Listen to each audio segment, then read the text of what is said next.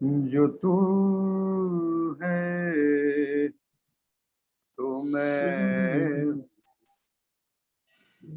जो मैं हूँ सो तू है। जो तू है सो मैं हूँ, जो मैं हूँ सो तू है। न कुछ आरज़ू है, न कुछ जुस्तजू है, बस आराम मुझ में। मैं अब राम हूँ, बस आराम मुझ में।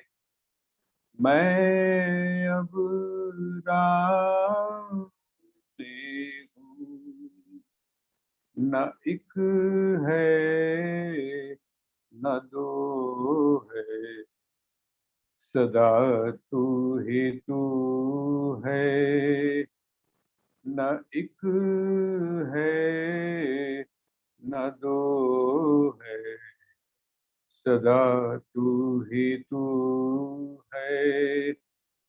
उठा जब की माया का, उठा जब की माया का पर्दा ये सारा। उठा जब की माया का पर्दा ये सारा। किया गम खुशी ने भी मुझसे किनारा। किया गम खुशी ने भी मुझसे किनारा। जुबां को न ताकर न मन को रसाई। जुबां को न ताकर न मन को रसाई। मिली मुझको अब अपनी ही बादशाही। जो तू है सो मैं, जो मैं हूँ सो तू है। न कुछ आरज़ू है, न कुछ जुस्तजू है। जो तू है सो मैं हूँ, जो मैं हूँ सो तू है।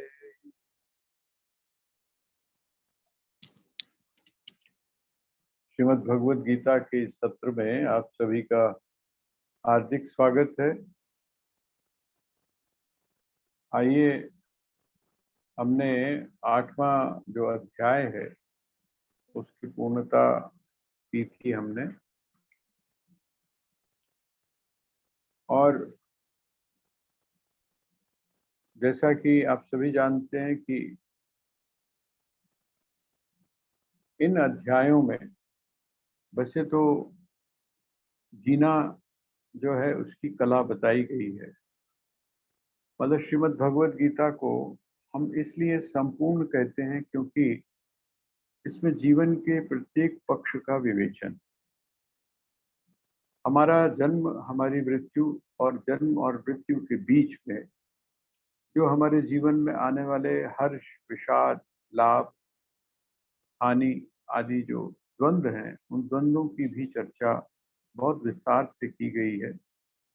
हम कैसे इसमें रहते हुए और अपने उस उच्च आदर्श को प्राप्त कर सकते हैं जिसको कहा गया कि रहो दुनिया में यूं जैसे कमल रहता है पानी। हम कमल की तरह कैसे रह सकते हैं, क्योंकि ये जो संसार है, इस संसार के ऊपर तो हमारा कोई बस है नहीं। परमात्मा की ये जो सृष्टि है, ये तो एज इट इज, जैसी है वैसी बनी रहेगी।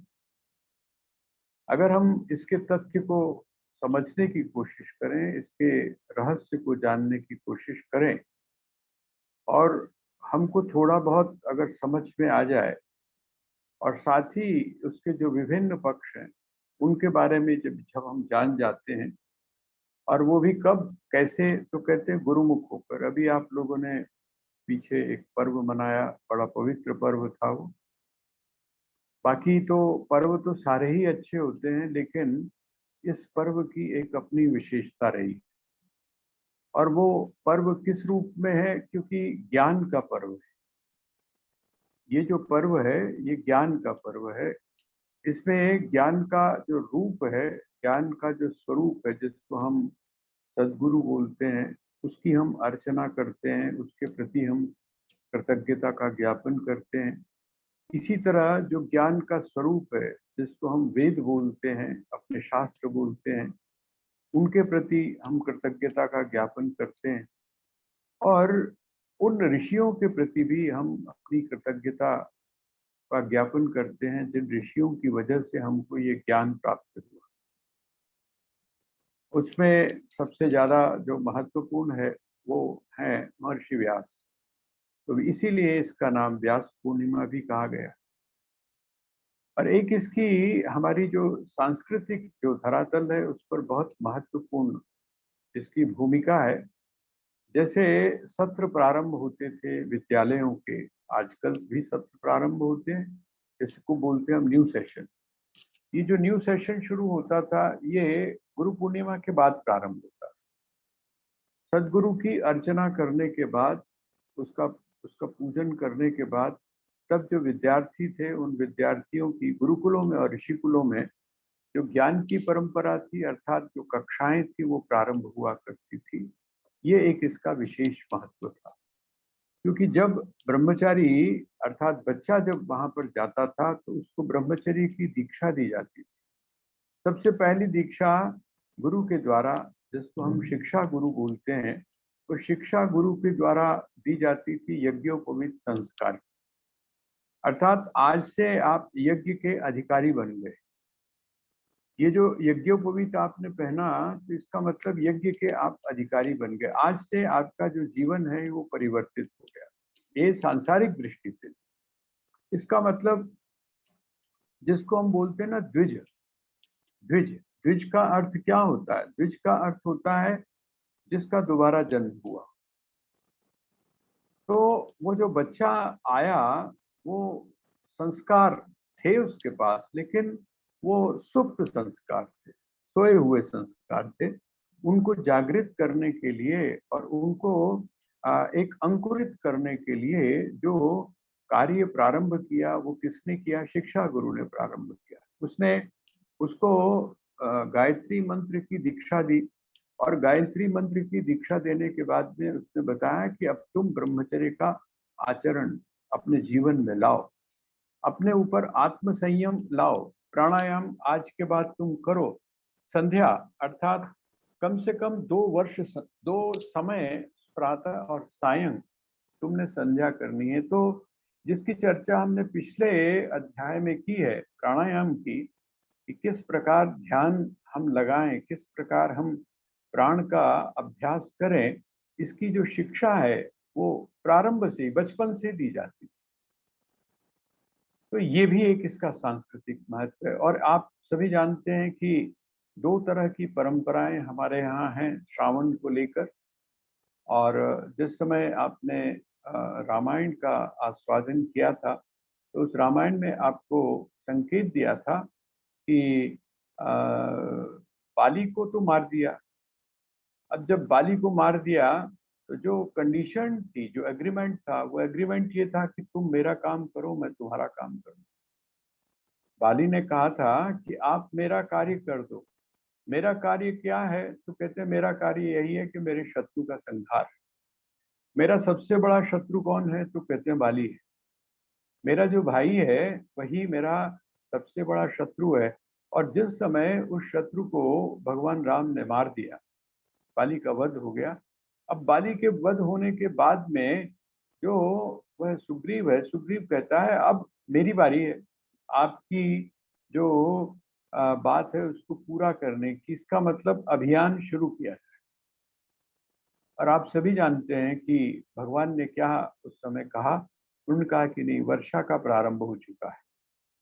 और जब वर्षा का प्रारंभ हो जाता है तो जिसको हम चातुर्मास से बोलते हैं, 4 महीने तक उसके बाद में कोई भी अभियान प्रारंभ नहीं होता है।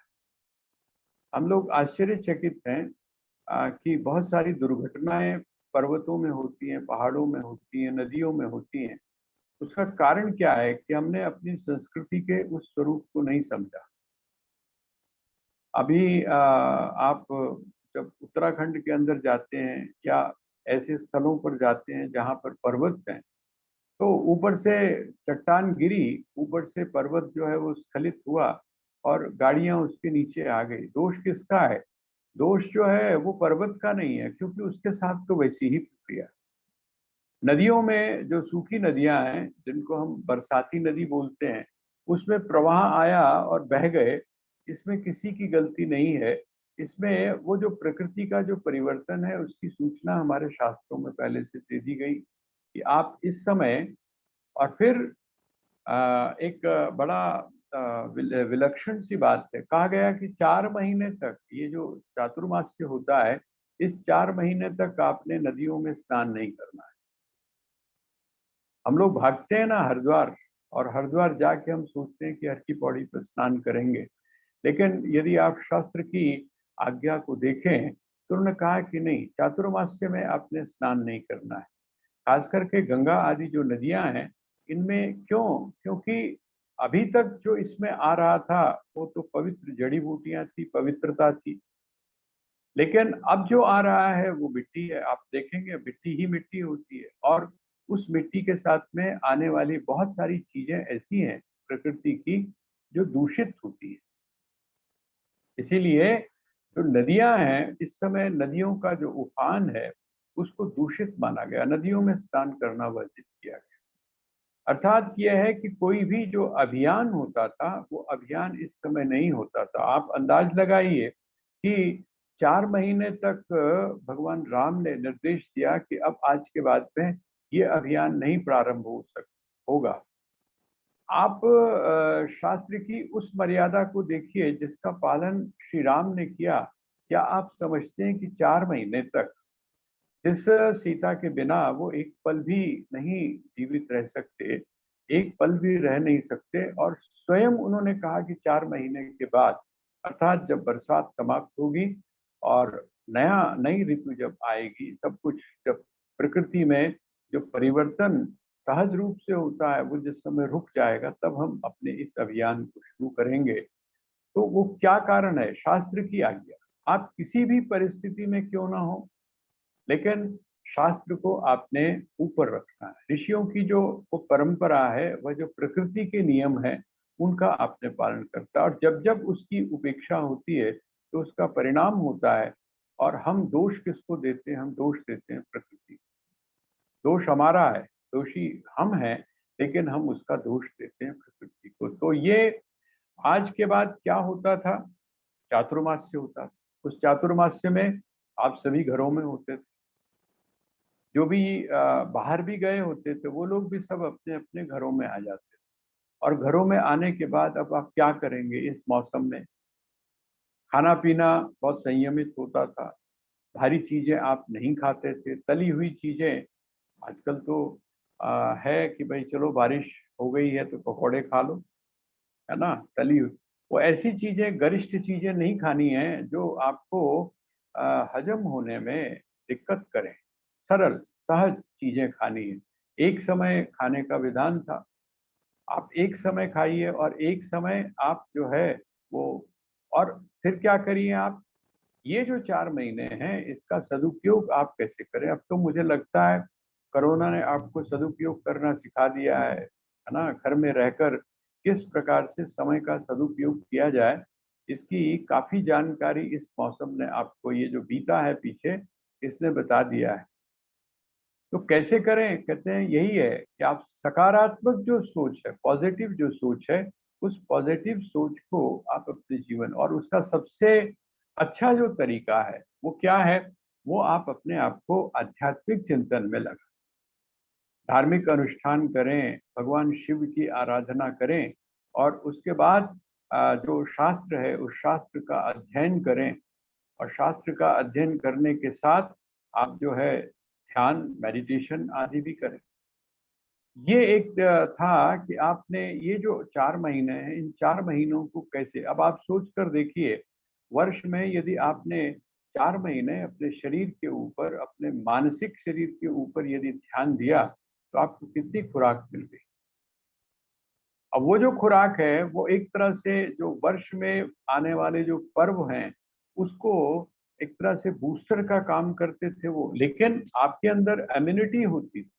कौन सी इम्यूनिटी? शरीर की भी होती थी, और वो जो मन है जिसको आप चित्त बोलते हैं, उस चित्त की भी होती थी। आपके भीतर इस तरह के संस्कार होते थे। तो ये जो गुरु पूर्णिमा का जो उत्सव है ये बहुत विशेष है, और जब तक आप गुरु के पास में बैठकर, उसके सानिध्य में बैठकर, शास्त्र के सानिध्य में बैठकर, जब आप इस चीज को जान जाते हैं, किसको? जिसको आप अध्यात्म विद्या बोलते हैं। आगे जो अध्याय है उस अध्याय में भगवान ने इसी बात की चर्चा की। तो उसको प्रारंभ करने से पहले मैं चाहता हूं कि यदि आपने इसका ये जो आपको एक तरह से 3 दिन मिले, है ना, आपको रविवार भी मिला, और आपको शनिवार थोड़ा बहुत तो आप रहे बिजी, लेकिन काफी समय आपको मिला। तो अगर आपने उसमें होमवर्क किया हो, अगर आपने उसका स्वाध्याय किया हो, तो मुझे लगता है कि अगर कोई बात ऐसी आपको हो तो आप उसके बारे में प्रश्न जो है वो यहाँ पर भी पूछ सकते हैं, और जैसे एक हमने समाधान करके एक अपने बनाया हुआ है इसमें, तो उसके माध्यम से भी आप पूछ सकते हैं। क्योंकि ये जो 8वां अध्याय है ये बहुत महत्वपूर्ण अध्याय था हमारे जीवन का, जो अंतिम परिणति है, अंत है, उसके लिए। अब भगवान की जैसी शैली है, भगवान की शैली क्या है? वो एक जगह से प्रारंभ करते हैं, और प्रारंभ करने के बाद में उस कड़ी को जोड़कर आगे चलते हैं। अब भगवान ने उसी कड़ी को जोड़ा, 2 चीजें भगवान ने बताई, और वो 2 चीजें कौन कौन सी हैं? तो कहते हैं ये जो 9वां अध्याय है, आपके पास पुस्तकें होंगी, आप इसके आखिर में जाकर इसका नाम देखिए। नाम मैं इसलिए कहता हूं कि जब आप इसका नाम देखते हैं तो आपको इसका जो सेंटर आइडिया है, जो ये अध्याय, जिस अध्याय को भी आप पढ़ते हैं उसका आपको सेंटर आइडिया पता चल जाता है कि ये कौन से विषय को केंद्र में रखकर चारों तरफ बुना गया है। ये जो अध्याय है इसका जो विषय है, अर्थात जिस चीज का प्रतिपादन भगवान ने इसमें किया है वो कौन सा है। तो आपने इसका नाम देख लिया होगा, इसका नाम है राज विद्या राजगुह्य योगो नाम 9वां अध्याय। अब थोड़ा सा हम ये जो नाम है इस नाम के बारे में हम विचार करते हैं। वो नाम क्या है? तो कहते हैं वो नाम है राज विद्या। राज विद्या का अर्थ क्या हुआ? राज का अर्थ, राजा का मतलब क्या होता है? राजा का मतलब होता है जो श्रेष्ठ। जैसे आपका जो देश है इस समय, अब राज सत्ता तो है नहीं तो राजा की बात नहीं है, लेकिन राजा न होने के बावजूद भी आपके जो प्रेसिडेंट होते हैं, देश का जो प्रेसिडेंट होता है, उस प्रेसिडेंट को हम क्या बोलते हैं? सर्वोपरि, है ना, उसको हम सर्वोपरि मानते हैं। देश का सबसे जो श्रेष्ठ नागरिक है वो किसको माना जाता है? तो राष्ट्रपति को माना जाता है। वह जो राष्ट्रपति है, कहते हैं जिस प्रकार जो स्थिति पूरे देश के अंदर राष्ट्रपति की है, या जो स्थिति जिस समय भगवान ने इसका उपदेश दिया है तो राजा की होती थी, वही स्थिति किसकी है? तो कहते हैं राज विद्या। ये जितनी भी विद्याएं हैं, इन विद्याओं में कौन सी विद्या? तो कहते हैं जो विद्या सबसे श्रेष्ठ। कौन सी विद्या श्रेष्ठ है ना? जो ज्ञान है वो कौन सा ज्ञान श्रेष्ठ? कहते हैं ना कि जो मैंने अमुक जल पिया, अमुक स्थान का जल पियो, बहुत श्रेष्ठ है। क्यों श्रेष्ठ है? कहते हैं उसके बाद में तृप्ति हो जाती। श्रेष्ठता किस बात में है? श्रेष्ठता इस बात में है कि जिसको पीने के बाद, जिसको खाने के बाद, या जिसको जानने के बाद बस और कुछ जानने की आवश्यकता न रहे। तो विद्या का अर्थ क्या है? विद्या का अर्थ है ज्ञान। वह ज्ञान जिस ज्ञान को प्राप्त करने के बाद में और कुछ जानना शेष न रह जाए, उसको बोलते हैं राजविद्या। राजविद्या का अर्थ क्या हुआ? अध्यात्म विद्या। इसीलिए भगवान कहते हैं कि जितनी भी विद्याएं हैं, है ना, जितना भी ज्ञान है, उस ज्ञान में मैं कौन हूं? तो कहते हैं मैं उसमें से अध्यात्म ज्ञान। क्योंकि इसको जानना बहुत आवश्यक है। हमारा जो जीवन है वो किसको जानने के लिए? हमारा जो जन्म हुआ है उसकी सार्थकता किसको जानने को लेकर है? कहते हैं उसको जानने को लेकर है जिसके जानने के बाद में और कुछ जानना शेष नहीं रहता। भगवान ने पीछे क्या कहा कि आप जो है उस परम पद को प्राप्त कर जाते। कौन सा परम पद? कहते हैं वो परम पद जो इसको प्राप्त करने के बाद में आपको जन्म और मरण जो है, जन्म और जो मृत्यु है, इसके चक्र से आप मुक्त हो जाते हैं। वह श्रेष्ठ है, वह श्रेष्ठ गति है। वो श्रेष्ठ गति किसके द्वारा प्राप्त होती है? तो कहते हैं राजविद्या। राजविद्या का अर्थ हुआ है अध्यात्म विद्या, अर्थात जिसमें आप पदार्थों को नहीं जानते, जिसमें आप विषयों को नहीं जानते हैं, बल्कि जिसमें आप जानने की कोशिश करते हैं उन पदार्थों का जो मूल है। वो जो जितने भी पदार्थ हैं, जितने भी विषय हैं, जितने भी वस्तुएं हैं, उसके मूल को जब आप जानने की कोशिश करते हैं तो उसको बोलते हैं विद्या। अगर आज की जिसको हम मॉडर्न लैंग्वेज बोलते हैं, मनोविज्ञान बोलते हैं, तो मनोविज्ञान में दो तरह के शब्द हैं, एक है सेंसेशन, दूसरा है परसेप्शन। इनके अंतर को आप अगर देखेंगे तो सेंसेशन का अर्थ होता है इंद्रिय और विषय इनके जुड़ने के बाद में जो विशुद्ध रूप से आपको संवेदना प्राप्त होती है। लेकिन होता क्या है, ये तो जो मनोवैज्ञानिक हैं वो भी इस बात को मान गए हैं कि जैसे ही वो संवेदना आपको प्राप्त होती है, उसी क्षण वो परसेप्शन में चेंज हो जाती है, उसको आप मीनिंग दे देते। आपका कोई भी ज्ञान, कोई भी संवेदना ऐसी नहीं है जो मीनिंगलेस हो। आप कोई ना कोई उसको अर्थ जो आपके संस्कारों के कारण आपके मन में बैठा हुआ है, वो तत्काल आप दे देते हैं। और जब तत्काल आप देते हैं तो परसेप्शन हो जाता है।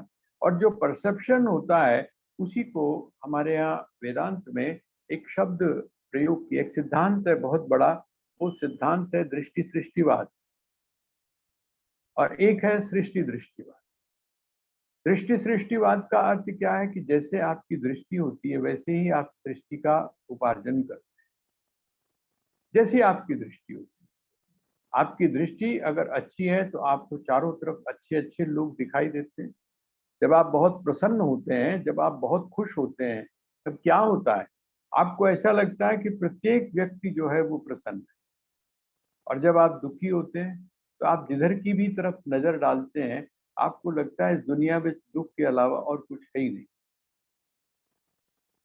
जिस समय आप प्रसन्न होते हैं तो वो जो सूखा पेड़ होता है ना, सूखा पेड़, उसमें भी आपको अपने थ्रू इमेजिनेशन उसके अंदर बहुत सारी चीजें ऐसी दिखाई देती हैं जो पॉजिटिव होती हैं, जो सकारात्मक होती हैं, जो आपको खुश करने वाली होती हैं। आपको वहां पर भी अप्रसन्नता या वहां पर भी विषाद, वहां पर भी दुख आपको नहीं दिखाई देता। लेकिन जब आप अप्रसन्न होते हैं, आपकी दृष्टि में अप्रसन्नता होती है, आपके मस्तिष्क में अप्रसन्नता होती है, तो उसका प्रभाव क्या होता है? आप जो है जहां पर भी आप बैठे हैं, कितना ही अच्छा वातावरण, लोग हंस भी रहे होंगे, लोग एंजॉय कर रहे होंगे, लेकिन आप मुंह लटका के वहां पर एक कोने के अंदर बैठे। यह है दृष्टि सृष्टिवाद। यहाँ पर भगवान कहते हैं कि ये जो राज विद्या है, ये राज विद्या का अर्थ है ज्ञान व श्रेष्ठ।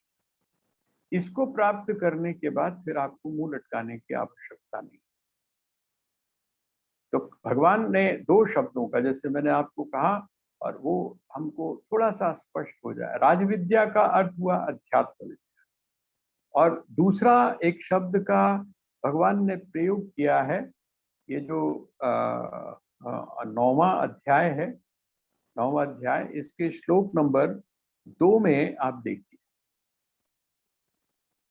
श्लोक नंबर जो 2 है इसका, उसमें आप जो श्लोक है उसके अंदर जब आप देखेंगे तो कहते हैं राज विद्या राजगुह्यम। राज विद्या राजगुह्यम, कहते हैं एक तो राजविद्या हो गई और दूसरा क्या होगा, राजगुह्यम। राजगुह्यम, गुह्य का अर्थ क्या होता है, जो बहुत छुपा हुआ है। छुपा हुआ का अर्थ क्या है, जो बहुत सूक्ष्म। राज विद्या राजगुह्यम, ये विद्या कैसी है, वो कहते हैं ये विद्या ऐसी नहीं है जिसको हम बोलते हैं ना चालू वाली विद्या नहीं है। ये ऐसी विद्या नहीं है जो हर व्यक्ति पढ़ा सके। ये कैसी विद्या है, कहते हैं ये बहुत गुह्य है। गुह्य का मतलब क्या है, आपको गुह्य चीज कौन बता सकता है। जैसे जैसे आप एक थोड़ा सा विचार करके देखिए, जो जादूगर होता है ना, जादूगर, वो जादूगर क्या करता है, जब आपको जादू दिखाता है तो आपको वो सच लगता है। वो जो जादू है जिसको आप माया बोलते हैं, वो सच लगती है। लेकिन वही आपको सिखा सकता, दूसरा व्यक्ति आपको नहीं सिखा पाता। क्यों? इसलिए नहीं सिखा सकता क्योंकि वो भी तो उस माया के चक्कर में वैसे ही फंसता है जैसे हम फंसते हैं। जैसे हम फंस जाते हैं, वो जो दिखाता है उसको देखकर हम क्या सोचते हैं, हम भी सोचते हैं ना सच है।